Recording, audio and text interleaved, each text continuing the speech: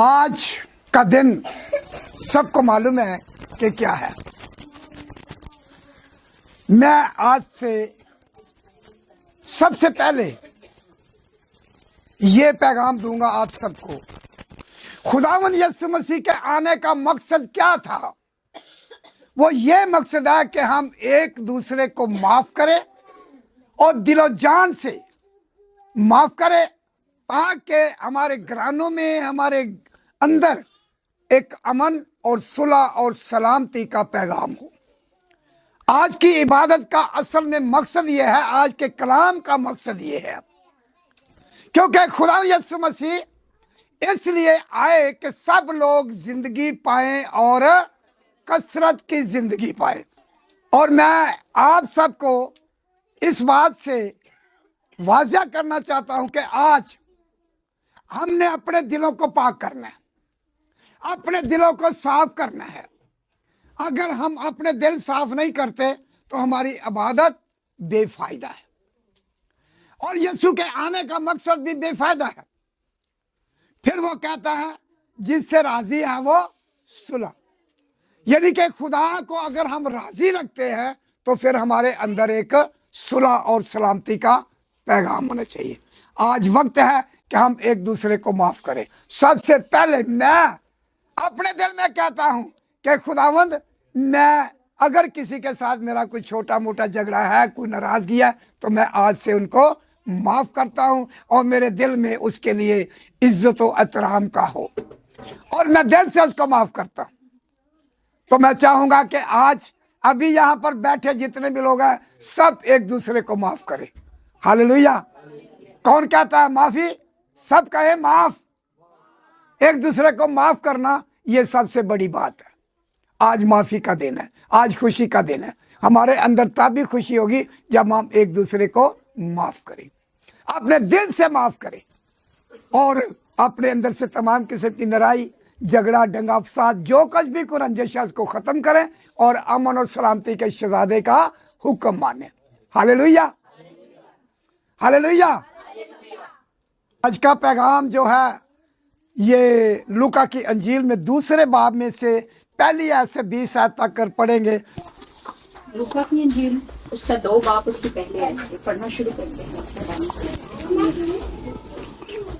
उन दिनों में ऐसा हुआ कि कैसर औगुस्तस की तरफ से ये हुक्म जारी हुआ कि सारी दुनिया के लोगों के नाम लिखे जाएं।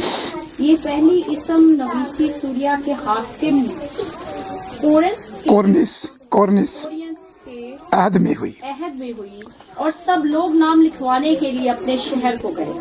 बस यूसुफ भी गलील के शहर नासरत से दाऊद के शहर बैतलहम को गया जो यहूदिया में है, इसलिए कि वो दाऊद के घराने और औलाद से था, ताकि अपनी मंगेतर मरियम के साथ जो हामला थी नाम लिखवाए। जब वो वहाँ थे तो ऐसा हुआ कि उसके वाज़े हमल का वक्त आ पहुँचा और उसका पहलौठा बेटा पैदा हुआ और उसने उसको कपड़े में लपेट कर चरनी में रखा, क्योंकि उसके वास्ते सराय में जगह न थी। उस इलाके में चरवाहे रहते थे जो रात को मैदान में रहकर अपने गल्ला की निगहबानी कर रहे थे और खुदावन का फरिश्ता उनके पास आ खड़ा हुआ और खुदावन का जलाल उनके चौगिर्द चमका और वो निहायत डर गए।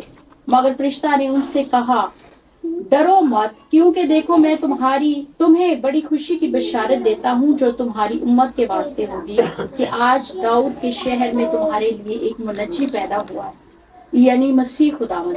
और उसका तुम्हारे लिए ये निशान है कि तुम एक बच्चे को कपड़े में लिपटा और चरनी में पड़ा हुआ पाओगे और यकायक उस फरिश्ते के साथ आसमानी लश्कर की एक गिरोह खुदा की हम करती और ये कहती जाहिर हुई कि आलमे वाला पर खुदा की तमजीद हो और जमीन पर उन आदमियों में जिनसे वो राजी है सुलह। जब फरिश्ते उनके पास से आसमान पर गए तो ऐसा हुआ कि चरवाहों ने आपस में कहा कि आओ बैतलहम तक चलें और ये बात जो हुई है और जिसकी खुदावन ने हमको खबर दी है देखें। बस उन्होंने जल्दी जाकर मरियम और यूसुफ को देखा और उस बच्चे को चरनी में पड़ा पाया और उन्हें देखकर वो बात जो उस लड़के के हक में उनसे कही गई थी मशहूर की और सब सुनने वालों ने इन बातों पर जो चरवाहों ने उनसे की तज्जुब किया। मगर मरियम इन सब बातों को अपने दिल में रखकर गौर करती रही और चरवाहे जैसा उनसे कहा गया था वैसा ही सब कुछ सुनकर और देखकर खुदा की तमजीद और हमद करते हुए लौट गए। आमीन, आमीन, आमीन। यहाँ पर हम कलाम मुकद्दस में से देखते हैं, कलाम मुकद्दस में से देखते हैं कि खुदावंद यीशु मसीह की पैदाइश बताया जाता है कि किस तरह हुई, और इसी के मतलब पूरी डिटेल के साथ हमें खुदा का कलाम जो है वो मिलता है। और जैसे कि हमने कलाम मुकद्दस में से पढ़ा, वो इसी तरह के उन ही दिनों में ऐसा हुआ, कैसर औगुस्तुस वो एक बादशाह था, उसकी हुकूमत थी, और उसी के दौरान उसकी हुकूमत में पहली इसम नवीसी का मतलब है, यानी जिसको हम कहते हैं मर्दमशुमारी, कि अपने मुल्क के लोगों को शुमार करना, उनकी गिनती करना, उनके नाम लिखे जाना, कबीलों के नाम लिखे जाना, सारा इसी तरह एक हिस्ट्री होती थी वहाँ पर किताबों में, कि फलां शख्स फलां कबीले का है, फलां घराने का है, फलां का बेटा है, फलां की बेटी है, एक खानदानी तौर पर लिखा जाता था। इसी तरह से जब ऐलान हुआ तो यूसुफ बुजुर्ग और मुकस्सा मरियम दोनों नाम लिखवाने के गए दाऊद के बैतलहम शहर में, क्योंकि वहां पर ही उनका नस्ब नामा था, दाऊद के घराने से। यूसुफ भी बुजुर्ग उनके घराने में था और मुकस्सा मरियम भी उनके घराने में से थी, इसीलिए वो नाम लिखवाने के लिए गए। और जब वहां पर गए तो उस वक्त मुकस्सा मरियम जो हामला थी और जिसके बेटा होना था, वो उसका वक्त जो था वो आ गया नजदीक।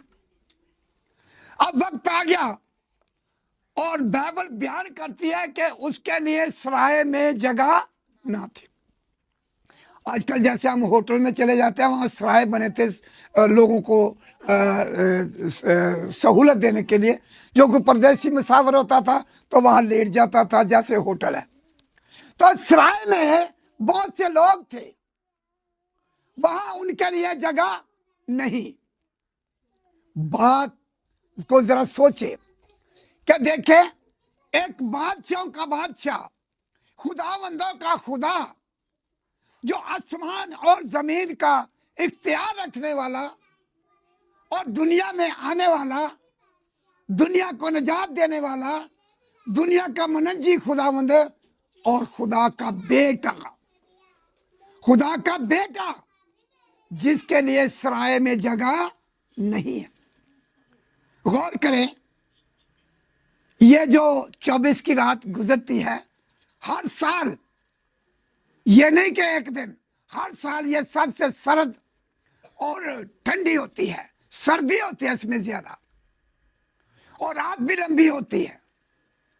लेकिन उस वक्त बाइबल बयान करती है कि खुदावंद यीशु मसीह की पैदाइश जगह ना होने के सबब से वो जगह ढूंढने गए, तो वहाँ एक जानवरों का जगह थी बांधने वाली, वहाँ उनको जानवरों में जहाँ पर चारा पाया जाता है, खुरली जिसको कहता है, वो कहते हैं चरनी, वहाँ पर वक्त आ गया। बात यह है कि मुकद्दस यूसुफ उसकी रहनुमाई के लिए देखता है, बाहर जाता है, घरों में जाकर पूछता है कोई ऐसी औरत है जो दाई का काम जानती है, लेकिन वो भी नहीं मिली। और जब यूसुफ वापस आता है वहां पता करके, तो फिर आते वक्त मुकद्दसा मरियम अपने बच्चे को जन्म दे चुकी थी। वो क्यों? ये एक बहुत बड़ा राज है, इसमें ये बड़ी राजदारी की बात है।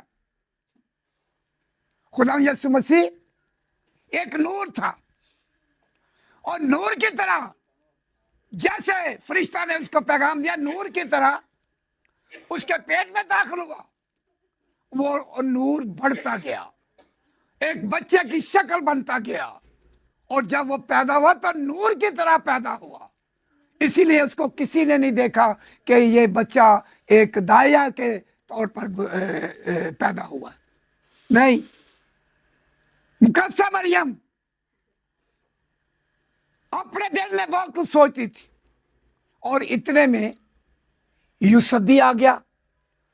उस बच्चे को कपड़े में लपेट कर चरनी में रख दिया, और वहां पर खुदा मंसूबा बना रहा है। वहां मैदान में चिरवाहे थे, भेड़ बकरियां चराने वाले, जो सबसे हकीर और नकम्मे समझे जाते थे, दिन रात बाहर मैदानों में रहने वाले, कपड़े गंदे, नहाना धोना मुश्किल, उनके शेप दाढ़ी बॉडी बुरी थी। तो खुदा ने सबसे किन को पैगाम पहले दिया, बताओ? चरवाहा को मिला सबसे पहले पैगाम, खुशखबरी दी गई चरवाहा को। आज मेरे और आपके लिए भी यह खुशखबरी है। यीशु मसीह ने कहा कि मैं दुनिया के हकीरों, नकम्मों और बेवजूदों को चुन लिया है। वो कहता है मैंने फरिश्तों को कब कहा कि तुम मेरे बेटे और बेटियां हो? यीशु ने कहा तुम मेरे बेटे और बेटियां हो। आज हमें इस बात की खुशी होनी चाहिए कि हम उस मनजिए दो जहान के बेटे और बेटियां हैं, खुदा के बेटे और बेटियां हैं। ये हम छोटी हस्ती के मालिक नहीं है। बेशक हम इस दुनिया में गरीब है, नादार हैं, परेशान हैं, मुश्किलात में है, लेकिन एक वक्त आएगा कि जब हम अपने बाप के साथ बैठकर 12 कबीलों का इंसाफ करेंगे। और यही वही यीशु है जो खुदा था, और उसने अपने आप को क्यों तब्दील किया? इसलिए कि उसकी मखलूक, उसके लोग अबलीस की कैद में जकड़ जा रहे थे। अबलीस उन पर हावी आ रहा था, अबलीस उन पर कब्जा कर रहा था। खुदा ने सोचा कि ये तो अबलीस इनको मार देगा, इनको हलाक करेगा। खुदा के दिल में तरस आ गया, रहम आ गया। खुदा कब नाराज हुआ आदम के साथ? जब बुजुर्ग आदम ने गुनाह किया, नाफरमानी की, तो खुदा ने अपना आप उनसे छुपा लिया, फिर उससे बात नहीं करता था। पहले हर रोज बाइबल बयान करती है, अगर पैदाइश के में पढ़े तो बाइबल बयान करती है कि हर रोज ठंडे वक्त में आकर उनसे बातें करता था। खुदा हर रोज उनसे मुलाकात करता था। आरामदेह जिंदगी, खाने पीने की कोई फिक्र नहीं, टेंशन नहीं है, कोई मुशक्कत नहीं है, कोई कारोबार नहीं है, खाया पिया और खुदा के साथ बातें करते थे। लेकिन जब खुदा ने उनको हुक्म दिया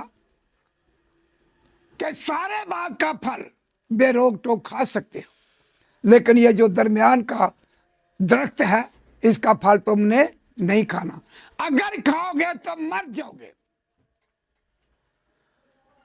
अबलीस उनके पास जाता है, और आपको पता है कि औरत को ज्यादा जल्दी वर्ग लगाया जाता है। वो जब उसने देखा कि आदम बाहर गया खेत में काम करने के लिए या वैसे घूमने फिरने के लिए गया, तो जो बुजुर्ग हवा थी वो घर में कैदी थी। उसको जाकर कहता है कि ये जो बाग का दरख्त बीच में मना किया गया है, ये क्यों नहीं खाते? उसने कहा कि खुदा ने कहा है कि अगर तुम खाओगे तो मर जाओगे। उसने कहा नहीं, खुदा ने तो आपको धोखा दिया हुआ है। कौन कह रहा है? अबलीस कहता खुदा ने तो आपको धोखा दिया हुआ है, आपको अंधेरे में रखा है। जब तुम ये फल खाओगे तो तुम्हारी आंखें खुल जाएंगी। उसने कहा अच्छा। बुजुर्ग आदम आया, उनसे मशवरा किया, बात की, तो उन्होंने दोनों ने मिलकर वो फल खाया। आधा आदम को दे दिया था, आप खा ली। और जब उन्होंने फल खाया तो उनकी आंखें जो थी वो खुल गई और वो दोनों नंगे थे। जब उन्होंने देखा कि हम तो नंगे हैं, गुनाह इंसान को नंगे कर देता है। गुनाह इंसान को नंगा कर देता है, तो हर बंदा कहता है ये गुनाहगार है। इसीलिए पहले उनके ऊपर खुदा का जलाल उनके चिगरत था, पोशाक की माना जलाल उसका उनके अंदर ढका हुआ था, और उनको ये नहीं मालूम होता था कि हम नंगे हैं। जैसे उन्होंने गुनाह किया तो वो नंगे हो गए।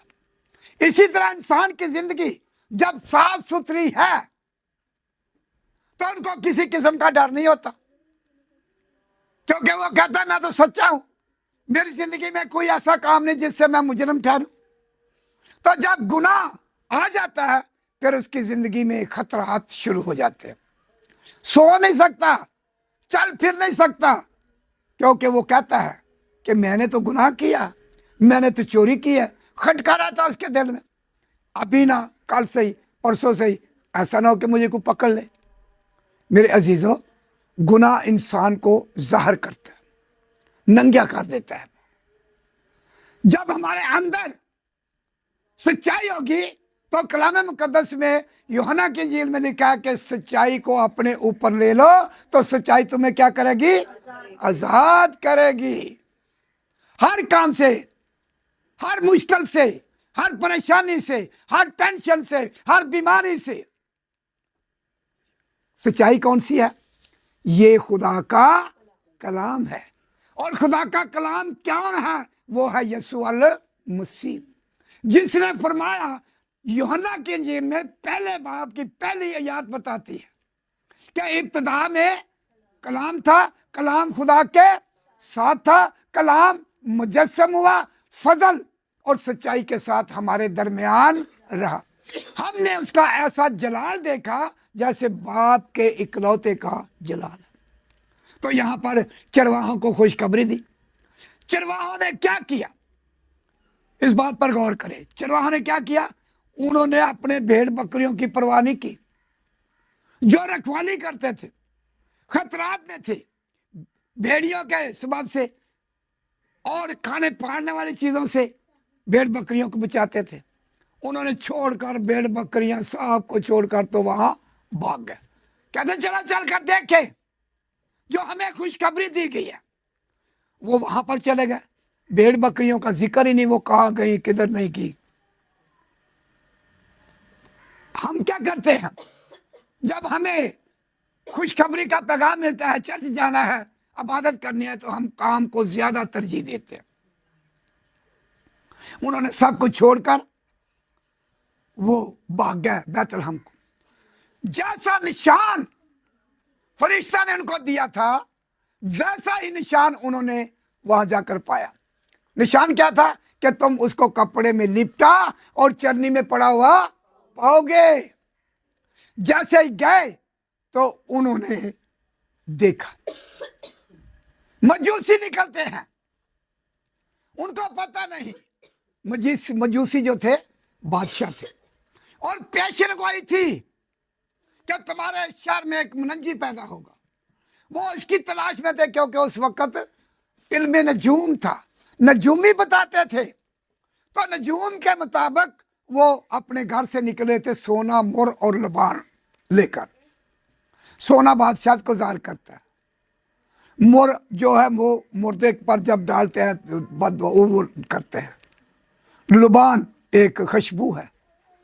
यह बादशाह के लिए या यीशु के लिए निशानी दी गई है। तो वो लेकर डब्बियों में लेकर घूम रहे हैं, चल फिर रहे हैं कि कहां पैदा होगा। जब पैदा हुआ तो हलचल मच गई। उस वक्त हेरोदेस बादशाह का जमाना था। शोर मच गया, बैतलहम में शोर मचा और हर तरफ बादशाह की खुशखबरी चल रही है। जब वो उठा, कहता है ये शोर कैसा है, कौन सा बादशाह आ गया मेरी जगह पर। उसने मजूसियों से कहा कि ये कहाँ पैदा हुआ। उन्होंने कहा हमें भी पता नहीं, वापस आकर तुम्हें बता देंगे। कहते जब वापस आओगे तो मुझे भी बताना, ताकि मैं भी जाकर सजदा सो करूं। उसकी नीयत में खराबी थी कि मैं उसको मरवा दूंगा, मैं देखूं। वो वापस उसको सजदा करके अपने नजराने खुदा के हजूर छोड़कर वो और रास्ते से गुजर गए, चले गए अपने अपने शहर में। खुदा उनकी रहनुमाई करता है किसके सबब से? सितारे के सबब से। सितारा देखकर, पहले लोग जो थे वो सितारों पर बड़ी तरजीह देते थे, टाइम भी देखते थे सितारों के मुताबिक, वक्त का पता चलता था। सो वो सितारा जो था उनकी रहनुमाई करता था। आगे आगे चल रहा है, वो पीछे पीछे जा रहे हैं। सितारा को देखकर जहां पर जाके सितारा ठहर गया, वहां पर उन्होंने अपने नजराने पेश किए। वहां पर जाकर उन्होंने अपने डब्बे उतार दिए।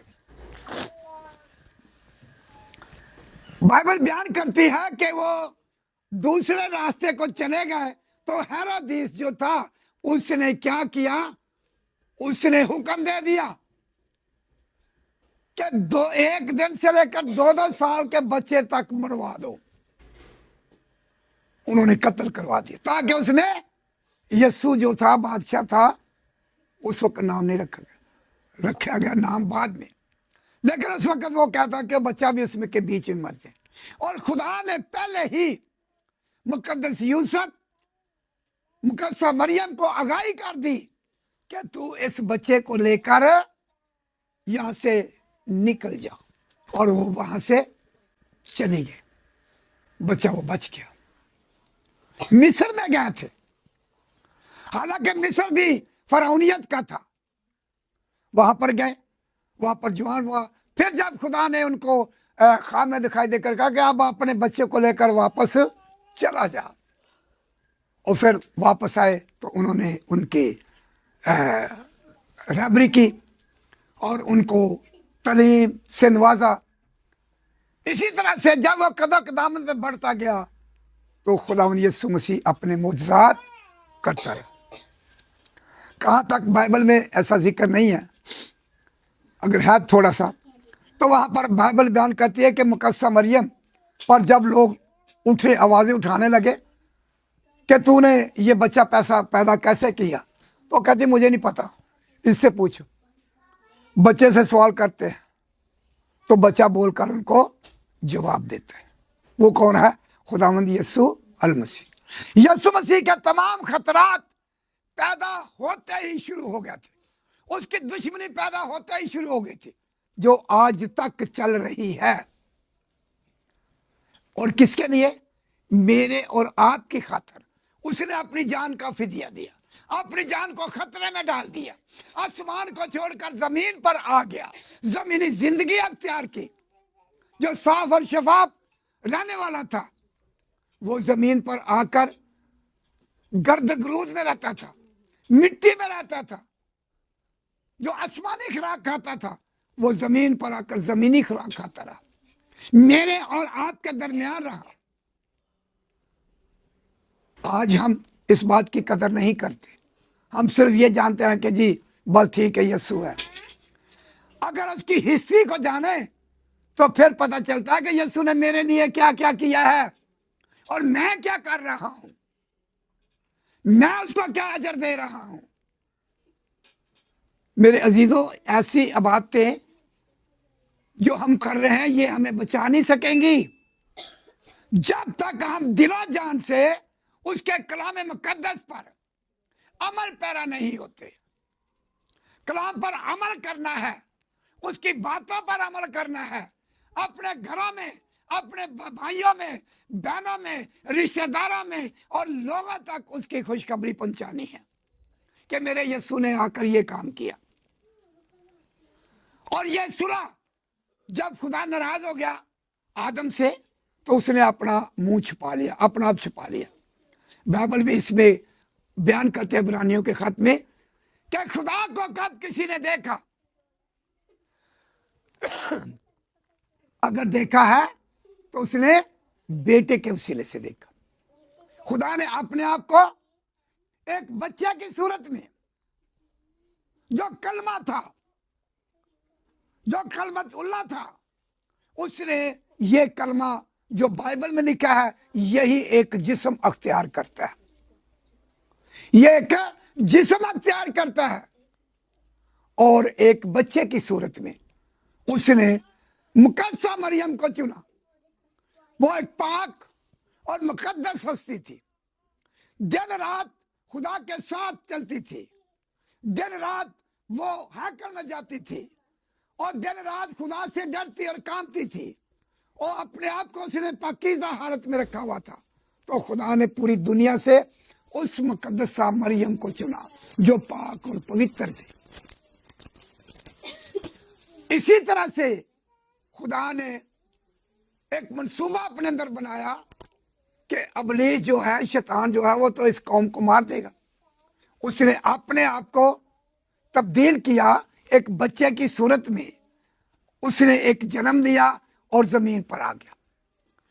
और फिर जब उसको हुक्म दिया गया था, बगैर खून बहाए माफी नहीं मिलती, तो यीशु ने दुनिया में आकर वो बात याद थी जो बाप और बेटे के दरमियान मुआहदा हुआ था कि तूने दुनिया में जाना है, तूने अपनी जान का फिदिया देना है, तो फिर आप खुदा की और इंसान की मुलाकात दोबारा बहाल कर सकते हैं। बाइबल बयान करती है कि 33.5 साल सारी उम्र यीशु मसीह की है, जमीनी जिंदगी, और उसने 30 साल की उम्र में मनादी शुरू की, 3.5 साल उसने मनादी की, आखिरकार वो फिर सलीब के हवाले हो गया। जब सलीब पर चढ़ाया गया, जालिमों ने चढ़ा दिया, उसकी तालीम, उसकी तरबियत उनको किसी को पसंद नहीं आती थी।